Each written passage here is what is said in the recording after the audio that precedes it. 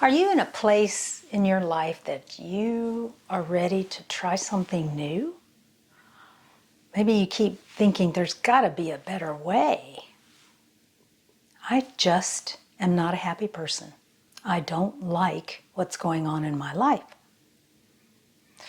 This is something I've heard many, many, many times. You're not alone, even a little bit. Life has challenges, and some of us have been dealt some whoppers. So what do you do? How can you change the direction your life is flowing? And is it changeable? This is Inner Peace Place. I'm Karen. This is the perfect place to come for guidance. Some people have been dealt a really bad hand.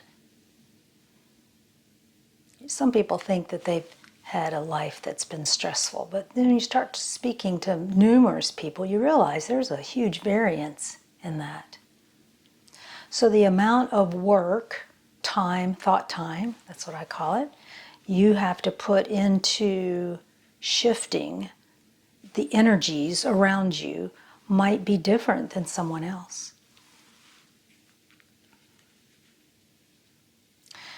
As you learn a different way, you're going to have days that you do really well and other days you won't.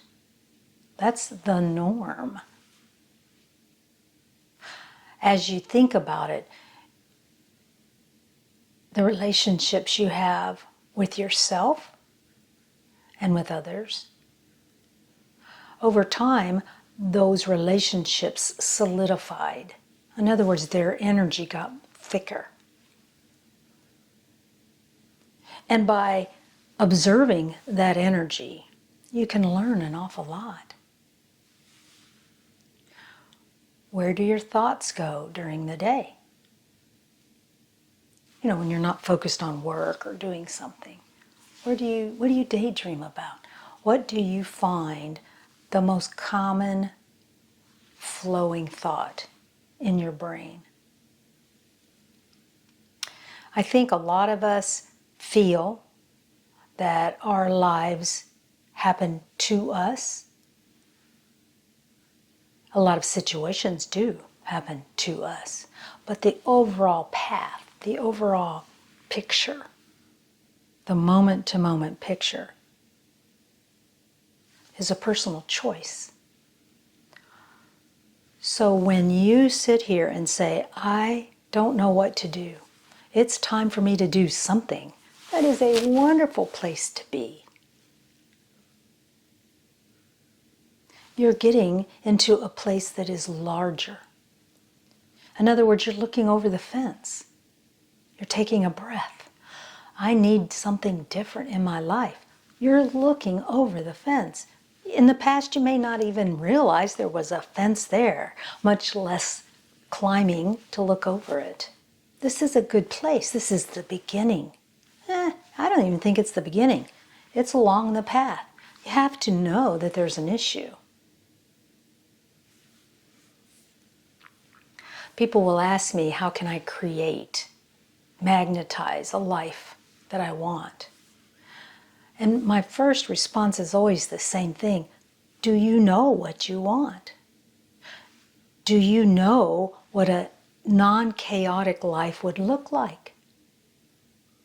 Do you allow yourself to be attracted to the things you really don't want in your life? So a lot of the skills that you learn from creating a life of inner peace is one more of looking at yourself, your habits, your desires. Looking to see which ones you're giving the most thought time to. Thought is a form of creation. So if you're thinking about that terrible, horrible thing that happened, the energy gets bigger around it, gets more texture, gets more dense, and sticks to you more. Putting walls to not think about it doesn't work, right? You've done that already. This is an opportunity for you to ask for help from someone that'll never tell your secrets to anyone. It's a very private relationship, but it's the most powerful relationship you can establish, because what you're doing is respecting who you are at this moment today. You may not like yourself in the past, but today you're on a road, you're stepping away from the path that you've been on. And by doing that, you're releasing judgment. That's what keeps us stuck, is the judgment voice is talking and belittling us. And you're no good, you shouldn't have done that, and why did you do that, and you shouldn't have allowed that to happen, and whatever. That judgment voice is detrimental. Self-judgment, judgment of others, somebody always loses in that. So learning to release that need, that's a big step. Ask for help. Hello? I'm calling to my guidance, my higher self, soul self, Jesus, Buddha, the all that is, Mother Earth, Holy Spirit. There's no wrong name for this source. The source that is right for you is going to step up to the plate and embrace you.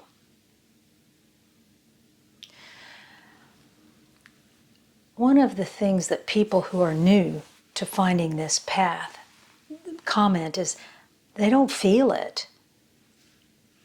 It's a soft, kind, loving energy. It is not heavy and chaotic and big and noisy. And that's what we're used to. That's what attracted our attention. The crazy in the world. That got our attention. Either as a form of protection, got to, or, ooh, that's interesting. Either way, it did the same thing. It pulled us in a direction that we today don't appreciate. It can change in a moment. But because it's a habit to do that, it isn't something that most of us change in a moment. We step, we realize, oh, this feels joyful. This feels neutral, which is good. It's a lighter, smaller energy. It's not heavy and tangible. That relationship with this individual makes my stomach hurt. That's a big tell. I get a headache, or I get worried or stressed, or I clench my jaw. All of these body responses are trying to protect you. As you get into a habit of focusing on things that bring you happiness, or things that help you feel alive in a joyful manner, you won't need to fill your thought time with those downward spiral memories. They'll always be there. You and I can do that forgive, forget thing. We can say it. And what it means is that at this moment in time, I'm not going to focus energy on you. I'm going to allow it. Now, allowing doesn't mean you approve of what occurred.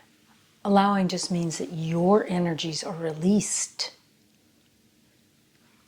Your prison walls have fallen down. And the more consistent you do that, the less tentacles, the less grab that past has on you. And over time, the forgive and forget becomes more of a allow and release. It's something you never forget, but it doesn't have that hang, it doesn't hold on to you like it did. It doesn't constantly pop into your awareness in the middle of a wonderful activity that you're doing, and all of a sudden this bad thing from your personality self is like, oh, wait, you're too joyful. You're only happy if you're miserable. That's a habit. And so you have to say, oh, but that's not who I am anymore. Look, come with me. This is cool. We're happy. You can do this. A lot of us have. It's not overnight. It's a moment-to-moment thing. But the moments of struggle become less and less and less as time goes on. You don't have to keep reliving something. Oh, I was bad, blah, blah, blah. Yeah, okay. I no longer appreciate that about myself. This is where I am, and I like who I am at this moment. It's all about the now. Become this very exciting, extravagant, loving, helpful individual. When you do that, as your external energy, absorb it into yourself. In other words, treat yourself with dignity, love, and grace, and all the things that you want to exude onto other people. You have to start with yourself, with your own flow, with your own sense of who you are. As you exude an upward flowing light, it becomes a softer you. It becomes a less controlling you. It becomes a person who can sit and just find the joy in almost any situation. Because that's what they're looking for. They are finding joyful things in their environment at any given moment. And that fills you up with energies of joy, the frequencies. Then, as you go about your day, you refresh that. You fluff it, and you refresh it. And you focus on it, and you build it. You work on it. You find it. One day, that becomes your entire day. And you're like, oh my gosh, I did it. You can't relax. You have to focus on it again. Eventually, it will become your habit, so ingrained in your physical aura that when those thoughts come up, because they will, you just say, oh, and let them go. You stay in a state of allowing the connection to your all that is. Your earth plane struggles do not need to be brought up over and over and over again to release some sort of thing that happened to you. The energy of that doesn't have to be relived over and over and over so that you can magically go through this door and be saved. Every time you relive it, you're getting it bigger. Allow. Give it less power. Don't let it have the power over you that you were doing before. It wasn't working for you before. You've already done that. So try something new. You're not pushing it away. You're focusing on what brings you joy. You're asking for guidance. You're hanging out with people that make you smile. You're hanging out with people that trust you and enjoy your company. You see, you're choosing your relationships. You're choosing your thoughts. You're choosing your environment. All of these things make an energy around you. And that energy can be in a direction of upward flow or downward flow. As I've said before, most of us have an energy of neutral, and we go up when we're working on it, right? And then it goes back to neutral. It may go down for a few seconds, but now we're skilled enough that we can catch it and go, oh yeah, and then replace it and either go neutral again or go up. Neutral is a good place to be. But by focusing on what brings you joy, you're changing your world and you change the energy of the world around you. It is a gift to the world. If you can focus on you, you're changing a little piece of the world and helping everyone.